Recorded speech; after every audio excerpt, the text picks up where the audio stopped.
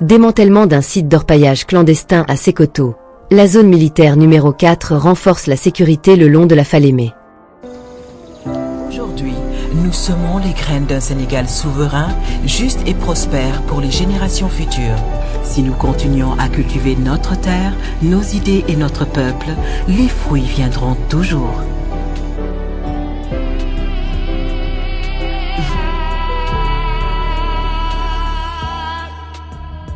Le 9 novembre, dans le cadre de la lutte contre l'orpaillage clandestin, les éléments de la zone militaire numéro 4, couvrant les régions administratives de Tambacounda et de Kédougou, ont mené une opération de démantèlement à Sékoto, un site situé au bord de la rivière Falémé.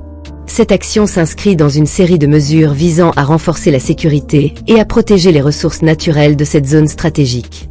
Lors de cette opération, les forces de sécurité ont saisi plusieurs équipements utilisés dans l'extraction illégale de l'or.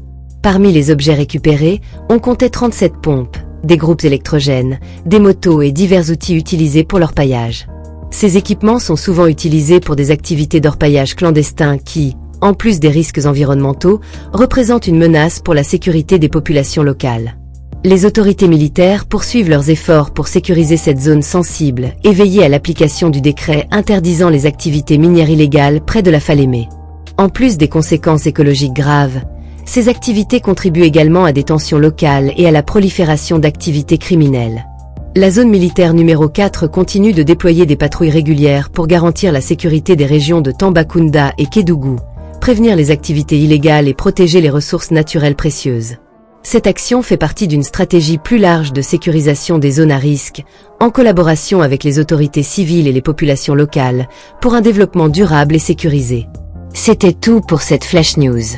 Merci, à bientôt. Aujourd'hui, nous semons les graines d'un Sénégal souverain, juste et prospère pour les générations futures. Si nous continuons à cultiver notre terre, nos idées et notre peuple, les fruits viendront toujours.